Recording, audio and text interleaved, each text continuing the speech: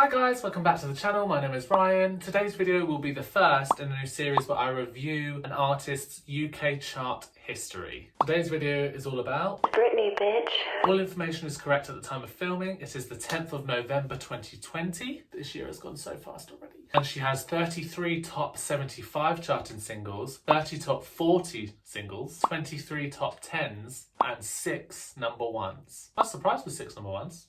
Go on, girl. Before we get started, go ahead and click the like button. Go ahead and click the subscribe button if you want to be notified when I upload new videos just like this. Like I said, this will be a video series where I review an artist's UK chart history. Let me know what artist you want me to review in the comment section below. I also have a second channel dedicated to my dance and choreography videos. If you want to go over and support that channel, that would be very much appreciated. Go and follow me on social media. All links are in the description box below. These songs are also listed in the time of release rather than the number of the position it reached in the chart. Now, Britney has 4 singles that charted in the top 75, including Make Me, Ooh La La, taken from the Smurfs soundtrack, Radar, and I Love Rock and Roll. Now, I Love Rock and Roll charted at number 76, but then it charted at a higher position later on, which I assume that was when the video came out to help promote it a little bit more. Ooh La La didn't really get any promotion that I know of. Being a song from a soundtrack, they don't usually get promotion that a regular single from her album would anyway. And this song is also not featured on any Britney album so far. I was surprised at how low Make Me charted actually. Being the lead single from the Glory album, it didn't do very well, did it? It's not a bad song either, so I'm a bit surprised at that. And before we get onto the top 40 charting singles, I just want to mention that I Wanna Go, S&M Remix, Outrageous, Criminal, and Slumber Party did not make it into the top 100, so you will not be hearing about those singles today. Which is a shame because the Slumber Party video is so good. So in the top 40 we have Pretty Girls, which reached number 16. I was surprised at that actually. That song had a bit of drama surrounding that. I think Iggy sort of turned against Britney and blamed her for the song not reaching number 1 or not doing better. I've said this in a previous video, but if you're a featured artist on that song, you need to promote it as well. It doesn't just count for the main featured artist. Then we have Till the World Ends and If You Seek Amy, which reached number 21 and 20 in the chart. I thought Till the World Ends did better than that, if I'm honest. What a banger of a song. To finish off this section, we have Circus, Break the Ice, I Love Rock and Roll, and Don't Let Me Be the Last to Know, which as you can see, they just missed out on the top 10. Again, I thought Circus ranked higher in the chart. Well, apparently not. Now, Britney does have more hits than she does misses. She has 15 songs that have reached the top 10 in the UK chart. There are artists out there that can't even reach one, so you're doing well, girl. Free Britney. So her top 10 singles, Work Bitch reached number 7 in the chart. I thought that went to number 1, but it should have because it's a great song. Hold It Against Me reached number 6 on initial release. 3 reached number 7. Womanizer reached number 3. I actually thought that went to number 1. And that shocked me when I found that out. Piece of Me made it to number 2, just missing out on the top spot, and Gimme More reached number 3 in the chart. The bonus track on her greatest hits album, Do Something, reached number 6 in the UK chart, which I'm surprised about. I don't think that did that well, but I'm glad it did.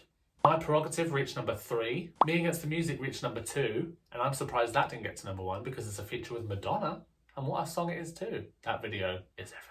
Boys reached number 7. I'm not sure if that was the version featuring Pharrell or not, as there is quite a few versions. But considering the music video version has Pharrell in it, I'm gonna say it's the one featuring Pharrell. I'm Not a Girl, Not Yet a Woman reached number 2 in the chart, which was also featured on the soundtrack to her movie Crossroads, as well as Overprotected, which reached number 4 in the UK chart. Lead single of the self-titled Britney album also reached number 4. Next up from the Oops I Did It Again album, we have Stronger, Lucky and Crazy, each receiving places at 7, 5 and 5. And lastly, we have Sometimes from the Baby One More Time album, and that reached number 3 in the chart. Let me know in the comment section if any of these chart positions have shocked you so far. I know that when I was researching this, I was quite shocked at some of the charts. We are now on to Britney's number 1 single. She's had 6 number 1s in the UK. Again, I thought Womanizer was in this section, but it's not.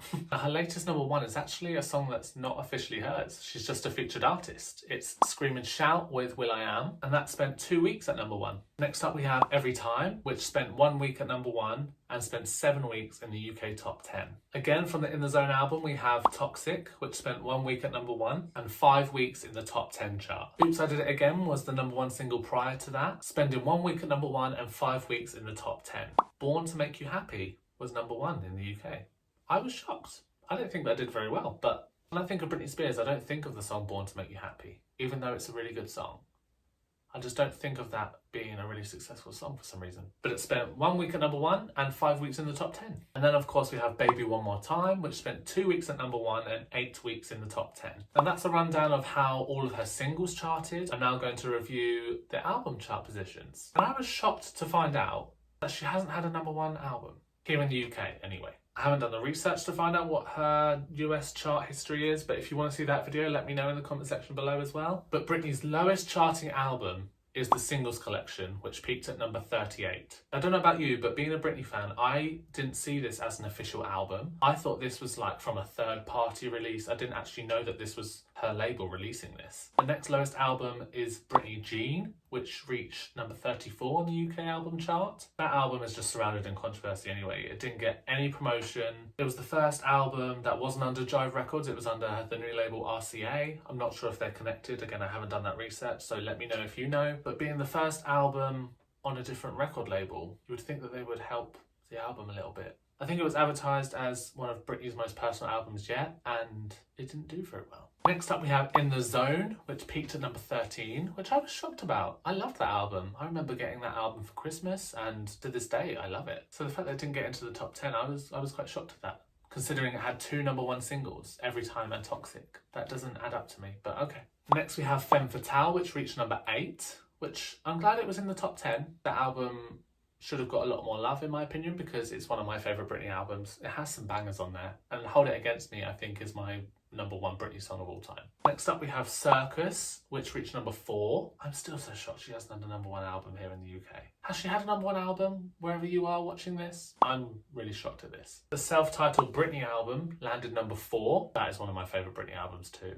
If you haven't listened to that album, go and listen to it. Next we have Glory, which peaked at number 2, which I'm shocked at because I didn't think that did that well. It only spent 1 week at number 2 and then dropped to number 41 in the chart, and then dropped to 94.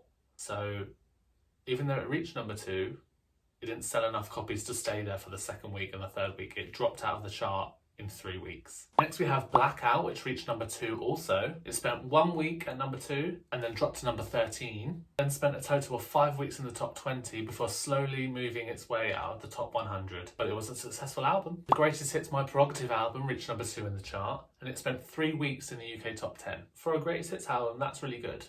Artists only usually put Greatest Hits albums out as like a filler album, but this song had new tracks on it as well and remixes that we had never heard before. We then come to Britney's 2nd album, Oops I Did It Again, which reached number 2 and spent 8 weeks in the UK top 10. That's incredible. It then dropped and then spent 18 weeks in the top 20. And of course we come to Britney's 1st album, Baby One More Time, which reached number 2.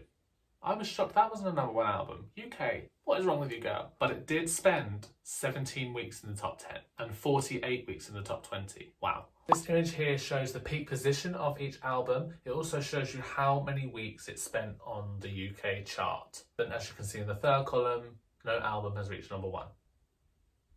Mad. That is mad. I was also shocked to find out that her latest number 1 was Scream and Shout with will.i.am. Insane. And the fact songs like Slumber Party, Criminal, I Wanna Go didn't even chart in the UK. Wow, that is insane.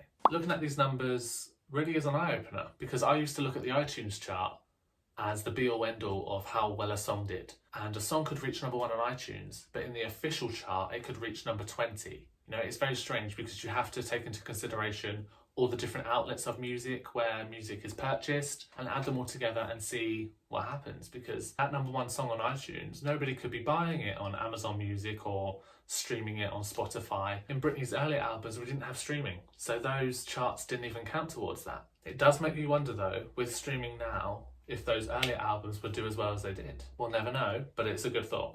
Let me know what information you found interesting. Let me know what information you found shocking. Let me know if there's a song that you thought did well. Let me know if there's a song that you thought did better than it actually did. And also let me know if you want me to look at the US chart or any other country's chart, because I'll do it. Also let me know what other artists you want in this series. I'm currently researching a few, but if there's any you specifically want, let me know in the comment section below. Don't forget to like this video, subscribe for more, and I will see you on the next one.